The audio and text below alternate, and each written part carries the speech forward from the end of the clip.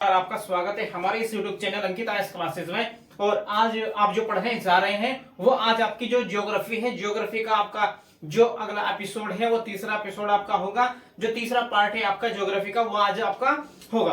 तो आज आप पढ़ेंगे, आप जो इससे पहले आपको मैंने 2 एपिसोड में कराया है, तो उन 2 एपिसोड में आपने जो पढ़ा है ज्योग्राफी से संबंधित, यानी कि ज्योग्राफी का इंट्रोडक्शन आपने पढ़ा है उसमें कि ज्योग्राफी जो भूगोल है आपका कैसे है, किस प्रकार से इसके बारे में वर्णन किया गया है, इसको कैसे इसकी उत्पत्ति हुई है, कैसे आपका ब्रह्मांड बना है, कितने भागों में आपकी ज्योग्राफी को हमने विभाजित करा है, तो वो सारी बातें आपको हम इसमें करा चुके हैं। अब आपके बाद इसके बाद जो सेकंड पार्ट था उसमें हमने आपको सौर मंडल के बारे में बताया और सौर मंडल के जो सोलर सिस्टम था, हमारा जो सौर मंडल है उसका निर्माण किस प्रकार से हुआ, कैसे आपका सौर मंडल बना, तो इस तरीके की हमने आपको ये बातें सारी बता चुके थे। और उससे आगे का जो भाग है, उससे आगे की जो कहानी है, जो कॉन्सेप्ट है, वो आज आपको करना है। तो उसके लिए आप तैयार रहें। देखिए, हम जो करा चुके थे आपको सौर मंडल से संबंधित कि सौर मंडल का निर्माण किस प्रकार से हुआ था, कैसे कैसे हुआ था, तो वो सारी की सारी आकाश गंगाएं, ब्रह्मांड की जो भी सारी उत्पत्ति है वो सारी हम करा चुके थे। और आज आपको मेन जो सौर मंडल का जो सेकंड पार्ट है वो देखना है कि सौर मंडल आपका कैसा है, किस प्रकार से, कहां कहां पर कौन से जो ग्रह हैं, उपग्रह हैं, कौन कौन से प्लेनेट आपके कहां पर उपस्थित हैं, कितनी दूरी पर है, सूर्य के कितना नजदीक है और किस क्रम में है, किस डायरेक्शन में है, कहां कहां पर गति करते हैं, किस तरह से घूमते हैं, वो सारी की सारी बातें आप आज करने वाले हैं। तो ध्यान से समझना है, ध्यान से उसको सुनना है। देखिए, आपका जो सोलर सिस्टम है उसके बारे में आज जो करना है आपको सोलर सिस्टम में, क्योंकि कुछ पार्ट्स हम इसका करा चुके थे और आज आपको सोलर सिस्टम के बारे में समझना है। इसका थोड़ा सा आपको एक डायग्राम बना लेना है और एक डायग्राम के अनुसार ही उसको समझना है बस। तो मानेंगे कि आपका जैसे सूर्य है, अब सूर्य को इस तरीके से आपने बनाया, ये सूर्य है। अब इस सूर्य को आप जब बना लोगे तो इस तरीके से, अब ये सन हुआ आपका। अब सन है आपका एक तारा है, सन जो है आपका एक तारा है आपके सौर मंडल का, क्योंकि ये सबसे बड़ा तारा जो बना वो सूर्य था। और इसके पास जो छोटे छोटे ग्रह बने, छोटे छोटे पिंड जो थे वो उसके चारों ओर चक्कर लगा रहे हैं, तो उन्हें ग्रह कह दिया हमने। और ग्रह इस तरह से छोटे छोटे पिंडों को हमने कह दिया। तो जो सबसे पहला सबसे बड़ा पार्ट है आपका सौर मंडल का वो सूर्य है। अब इसी के पास आपके जो ग्रह हैं आपके, अब उन ग्रहों में से सबसे नजदीक वाला ग्रह कौन सा माना जाता है आपका? सबसे नजदीक वाला ग्रह जो आपका बुध माना जाता है, मरकरी, बुध, मरकरी। तो ये है आपका सबसे नजदीक वाला ग्रह इसका, ठीक है। अब इसके बाद जो दूसरा आपका ग्रह आता है, दूसरा ग्रह आप बनाओगे, इसको ध्यान से समझना है, बस इसको ऐसे ही सीरियल वाइज समझते चलना है। एक बार समझोगे तो दोबारा इसको पढ़ने की जरूरत नहीं पड़ेगी। बस यहाँ पे बुध हो गया आपका, दूसरा है आपका शुक्र, विनस, दूसरा शुक्र हो गया, विनस हो गया। अब इसके बाद जो क्रम में आता है तीसरा आता है आपका पृथ्वी। अब आया पृथ्वी, यानी कि जिस पर हम रहते हैं पृथ्वी। तो अब उसको आप देखते हैं कि आपका किसके बाद पृथ्वी आता है। और इसके बाद आपका जो चौथा है आपका, उसे कहते हैं मंगल। तो चौथा मंगल, मार्स। तो मंगल है, मार्स है, तो ये आपका चौथे नंबर पर है। अब उसके बीच में आपके छोटे छोटे छोटे छोटे इस तरह से एस्टेरॉइड्स हैं, क्षुद्र ग्रह जिन्हें कहा जाता है। और क्षुद्र ग्रह की इस तरीके से यहाँ पर एक बेल्ट बनी होती है। तो बेल्ट बनी होती है, किन किन के बीच में है आपका ये मंगल है। और मंगल के बाद जो आपका आता है बड़ा सा ग्रह आएगा, वो आएगा आपका बृहस्पति। तो ये बनेगा आपका बृहस्पति, बृहस्पति, जुपिटर, ठीक है भाई, जुपिटर बना। अब इसके बाद बृहस्पति के बाद कौन सा आएगा आपका? तो बृहस्पति के बाद आपका आता है शनि, शनि, शनि ग्रह बनेगा, सैटर्न। शनि के बाद जो आपका ग्रह उपस्थित है जिसे कहते हैं अरुण, ठीक है, अरुण कहते हैं जिसे यूरेनस, यूरेनस। और इसके बाद जो लास्ट का आपका जो ग्रह आता है उसे कहते हैं वरुण। आपका लास्ट का जो उपग्रह है, आपका ग्रह है वरुण, नेपच्यून। तो ये आपका एक क्रम है। और इसके बाद भी एक छोटी सी छोटे छोटे पिंडों की एक बेल्ट मानी जाती है जो सूर्य से सबसे दूरी पर होती है और सूर्य से सबसे दूरी पर होगी तो वो क्या होगी, आपकी सबसे ठंडे पिंडों की बेल्ट होती है, जिसे कूपर बेल्ट के नाम से जाना जाता है। कूपर बेल्ट, तो कूपर बेल्ट के नाम से आप जानेंगे, सबसे लास्ट में है। और ये आपकी कौन सी बेल्ट है, ये एस्टेरॉयड है, यानी कि क्षुद्र ग्रह जिन्हें आप कहते हैं क्षुद्र ग्रह, एस्टेरॉयड्स। तो एस्टेरॉयड्स आपसे पूछा जाए किन किन के बीच में है, तो एस्टेरॉयड्स मंगल और बृहस्पति के बीच में एक बेल्ट है जो इनके चारों ओर घूम रहे हैं। अब ये चक्कर जो लगाते हैं आपका, ये इस तरीके से सूर्य के चारों ओर, क्योंकि सूर्य एक बड़ा तारा है तो इसका बड़ा आकार है, द्रव्यमान बड़ा है, गुरुत्वाकर्षण ज्यादा है, तो यानी कि इन सबको अपनी ओर आकर्षित करके रखता है।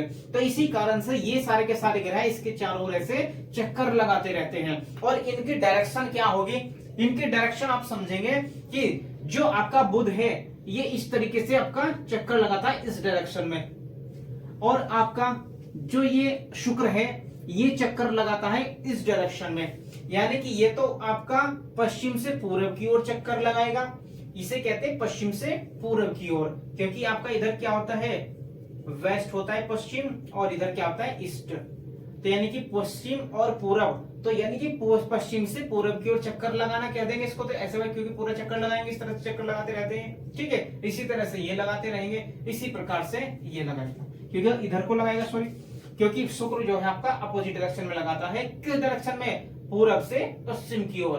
तो ये भी कई बार पूछा गया कि जो शुक्र ग्रह है वो सूर्य के चारों ओर किस प्रकार से चक्कर लगाता है, किस प्रकार से घूमता है, किस डायरेक्शन में घूमता है, तो वो घूमता है आपका पूरब से लेकर के पश्चिम की ओर। इसके बाद जो पृथ्वी है आपका अर्थ, इसकी जो डायरेक्शन है वो ऊपर की ओर जाती है, यानी कि आपका किस डायरेक्शन में घूमेगा, पश्चिम से लेकर के पूरब की ओर, तो पश्चिम से पूरब की ओर चक्कर लगाएगा। और इसके बाद मंगल है, मंगल भी आपका इसी डायरेक्शन में चक्कर लगाता है। बृहस्पति है, ये भी इसी डायरेक्शन में लगाएगा। शनि है, ये भी इसी डायरेक्शन में, लेकिन जो आपका अरुण है ये इसके साथ ही, जैसे शुक्र इस डायरेक्शन में लगाएगा चक्कर, ऐसे ही आपका अरुण भी कहां पर लगाएगा, ये भी पूरब से पश्चिम की ओर आपका परिक्रमण करता रहता है सूर्य के चारों ओर। लेकिन वरुण फिर किधर को चला जाएगा, वरुण इधर को चक्कर लगाता है। तो बस आपको डायरेक्शन याद रखनी है शुक्र की और अरुण की। शुक्र और अरुण ये दोनों चक्कर लगाते हैं पूरब से पश्चिम की ओर परिक्रमण करते हैं, लेकिन बाकी सारे के सारे जो ग्रह हैं वो आपका पश्चिम से पूरब की ओर सूर्य के चारों ओर चक्कर लगाते रहते हैं। ये याद रखना है, बहुत बार पूछा जाता है ये, इसको ध्यान से समझना है।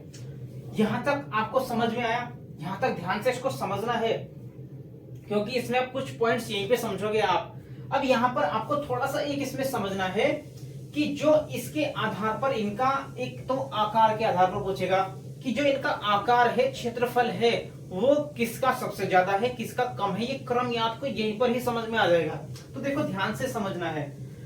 अब यहाँ पर आप समझोगे इसका, अगर क्रम के बारे में पूछा जाए, सबसे पहली बात तो ये समझनी है आपको यहाँ पर कि जो आपके ये कुछ ग्रह बाहरी ग्रह कहलाते हैं और कुछ आपके कहलाते हैं आंतरिक ग्रह।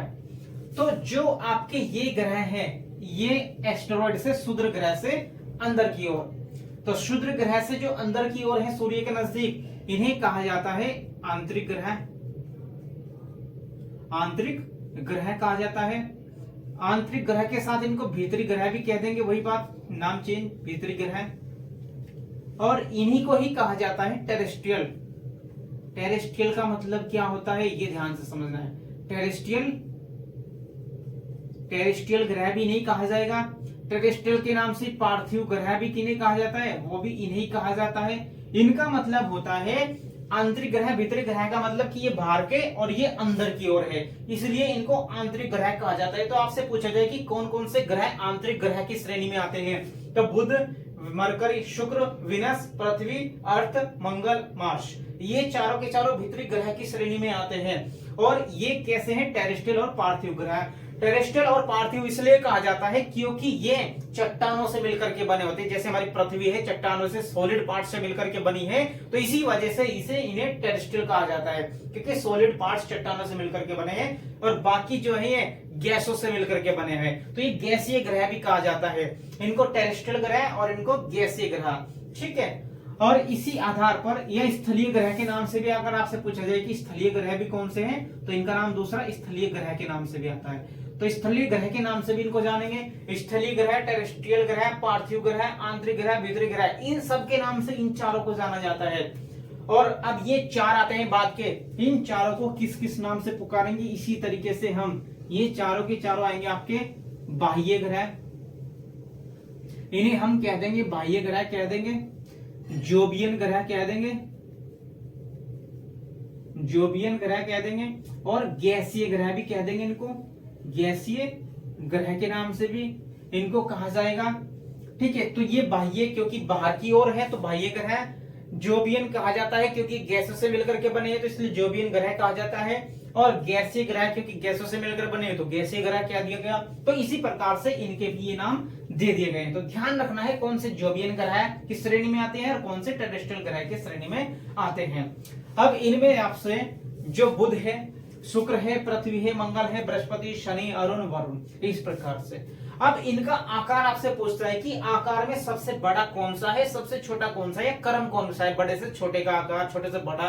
तो ये ध्यान समझना है, बस एक बार ट्रिक से समझ लेना है इसको। देखो हम लगा देंगे यहाँ पे आकार के आधार पर कि आकार किसका बड़ा है किसका। तो जिसका सबसे बड़ा आकार है उसको 1 नंबर, जिसका उससे छोटा है 2 नंबर, 3 नंबर, 4 नंबर, इस प्रकार से हम क्रम देते चलेंगे। ध्यान से समझना है बस। देखो ये सबसे बड़ा आकार होता है बृहस्पति का, तो सबसे पहला नंबर, दूसरे नंबर पे ये आता है, तीसरे नंबर पे ये आएगा और चौथे नंबर पे आकार में ये आता है।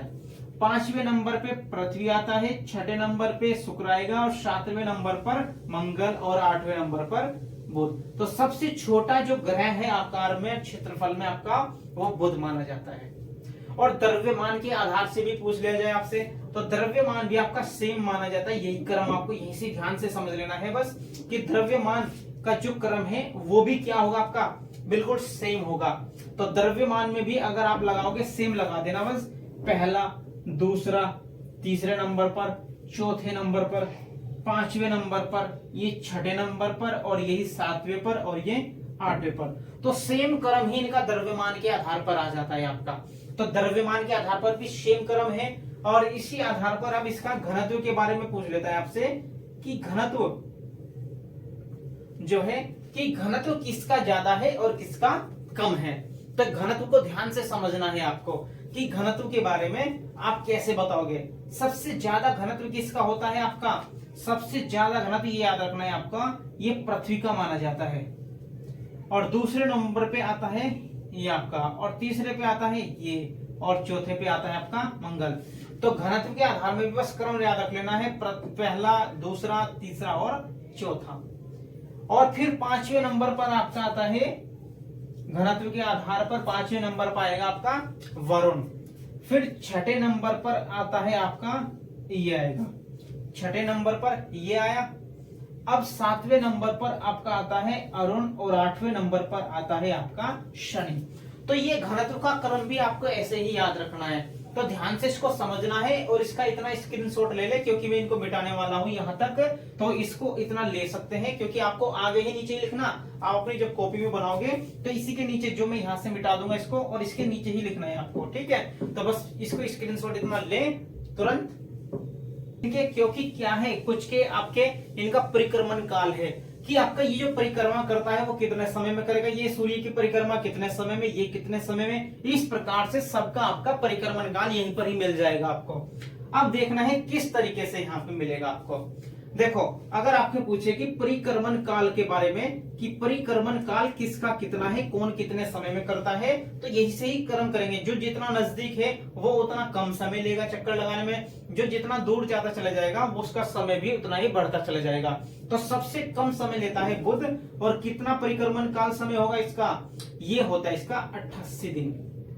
तो 88 दिन इसका होता है। और इसके बाद जो शुक्र है 225 दिन, तो 225 दिन ये लगाएगा।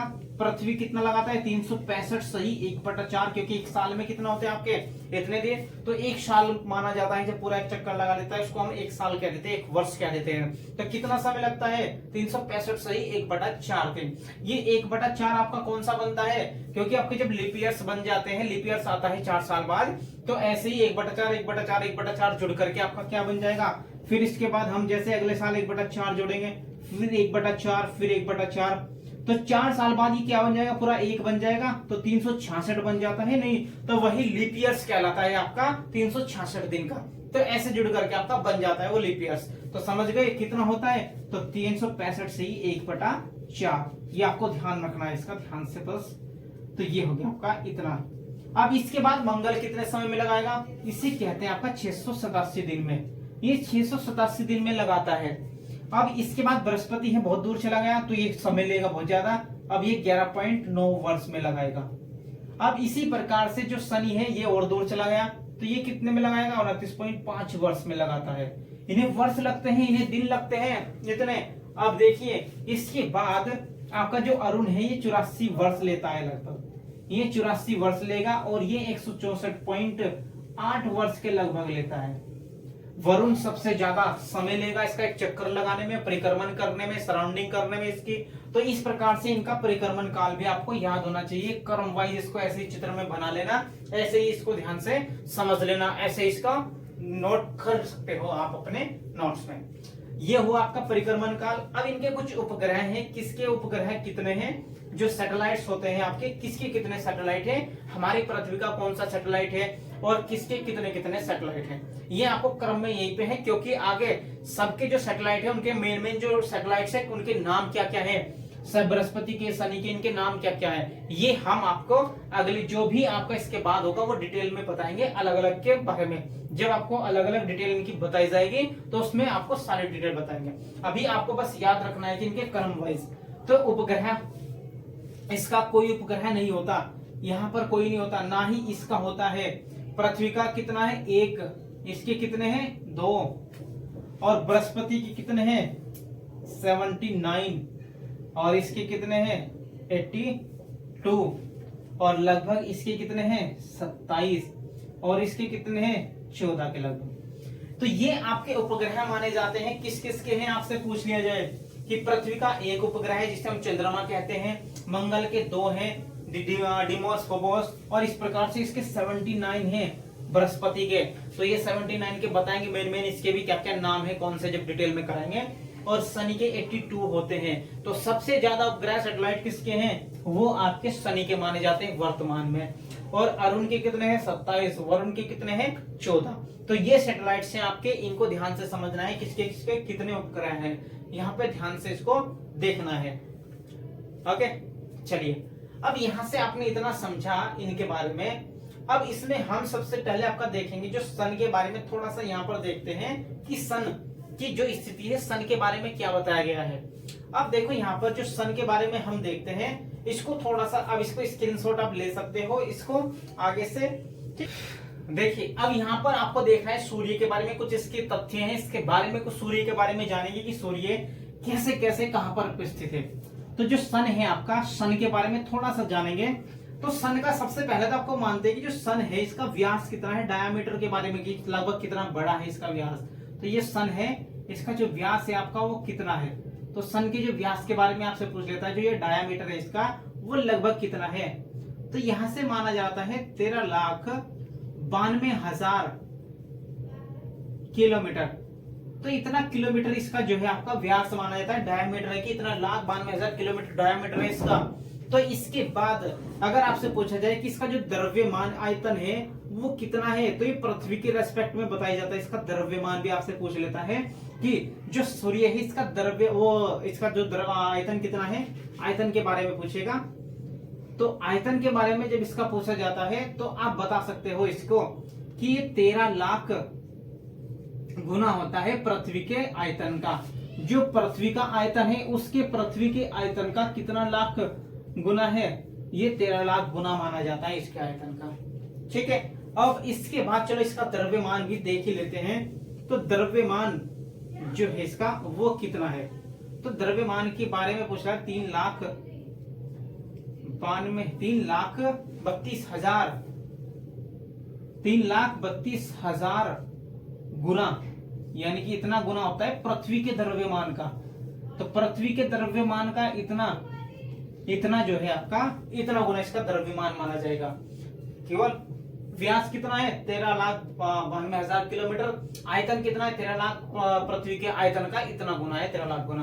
द्रव्यमान कितना है पृथ्वी के द्रव्यमान का 3,32,000 गुना इसका द्रव्यमान माना जाता है। तो यहां तक आप समझ में आए। अब इसके बारे में जो है आपको इनका कुछ, क्योंकि अब इसके चारों ओर क्या है, जब पृथ्वी चक्कर लगाती है तो ये पृथ्वी और सूर्य के बीच की दूरी पूछ लेता है कि पृथ्वी और सूर्य के बीच की दूरी कितनी है। तो पृथ्वी और सूर्य के बीच की जो दूरी है, तो इनके बीच की दूरी के बारे में देखा थोड़ा ध्यान से समझना है, क्योंकि इसमें क्या आएगा, इसमें आपकी दो डिस्टेंस बनेगी, एक नजदीक वाली और एक दूर वाली। तो मान लिया कि ये आपका क्या है सूर्य है और ये पृथ्वी इसके चारों ओर चक्कर ऐसे लगा रही है। तो ये चारों ओर चक्कर लगाएगी इसके, जब इसके चारों ओर ऐसे चक्कर लगाएगी तो एक स्थिति ऐसी आती है कि ये एक बार तो पृथ्वी के अधिक नजदीक होता है और एक स्थिति में सबसे दूरी पर होता है। तो जब ये आपका नजदीक होगा तो इसके बीच की, पृथ्वी के और इसके बीच की जो दूरी है वो कितनी होती है, और जब ये दूर होता है तब पृथ्वी के और इसके बीच की दूरी कितनी होती है। यानी पृथ्वी से अधिकतम कितनी दूरी पर होता है और पृथ्वी से न्यूनतम कितनी दूरी पर होता है। तो आपको ध्यान से समझना है यहां पर कि लगभग लेकर के आपके ये 14 पॉइंट के लगभग ये इतने करोड़ किलोमीटर। अगर आपसे नजदीक पूछी जाएगी कि जब न्यूनतम दूरी पर होता है तो न्यूनतम दूरी कितनी होती है इनके बीच की, 14.64 करोड़ किलोमीटर के लगभग। और इसकी जो अधिकतम दूरी है वो कितनी मानी जाएगी, अधिकतम दूरी, तो यानी कि आपकी न्यूनतम भी लिख लेना ऐसे करके कि न्यूनतम दूरी होती है आपकी 14.64 करोड़ किलोमीटर। और अधिकतम दूरी आपसे पूछेगा, बहुत इंपॉर्टेंट है भैया, अधिकतम दूरी, और अधिकतम दूरी के बारे में आप बताओगे 15.21 करोड़ किलोमीटर। और अगर न्यूनतम और अधिकतम ना पूछ करके एवरेज पूछे कि एवरेज जो दूरी है इनके बीच की, तो वह इनके बीच की जो पृथ्वी और सूर्य के बीच की जो दूरी होती है वो 15 करोड़ किलोमीटर। बस आपको याद रख लेना है 15 करोड़ किलोमीटर जो है एवरेज है। न्यूनतम 14.64 करोड़ और अधिकतम 15.21 करोड़ किलोमीटर। तो ये न्यूनतम दूरी है और ये अधिकतम दूरी है। इस प्रकार से आपको ये देखना है। तो ये भी देखना है कि कब ये सूर्य से अधिकतम दूरी पर होता है, कब ये न्यूनतम दूरी पर होता है। तो आपको ध्यान से समझना है यहीं पे, जब ये आपका सूर्य न्यूनतम दूरी पर होता है तो जो आपकी पृथ्वी है तो ये कब होती है, ये लगभग 3 जनवरी के समय आपकी जो पृथ्वी है सूर्य के सबसे नजदीक होगी। और जब सबसे दूरी का समय होता है वो कब होती है सबसे दूरी पर, वो 4 जुलाई को माना जाता है।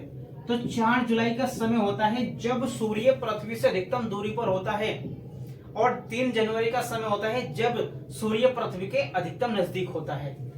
और इसमें क्या होता है, जब ये आपका सूर्य अधिकतम न्यूनतम दूरी पर होता है तो इस घटना को हम उपसौर के नाम से भी जानते हैं, उपसौर, ठीक है। और जब इसे पेरिहेलियन कहते हैं, अपसौर,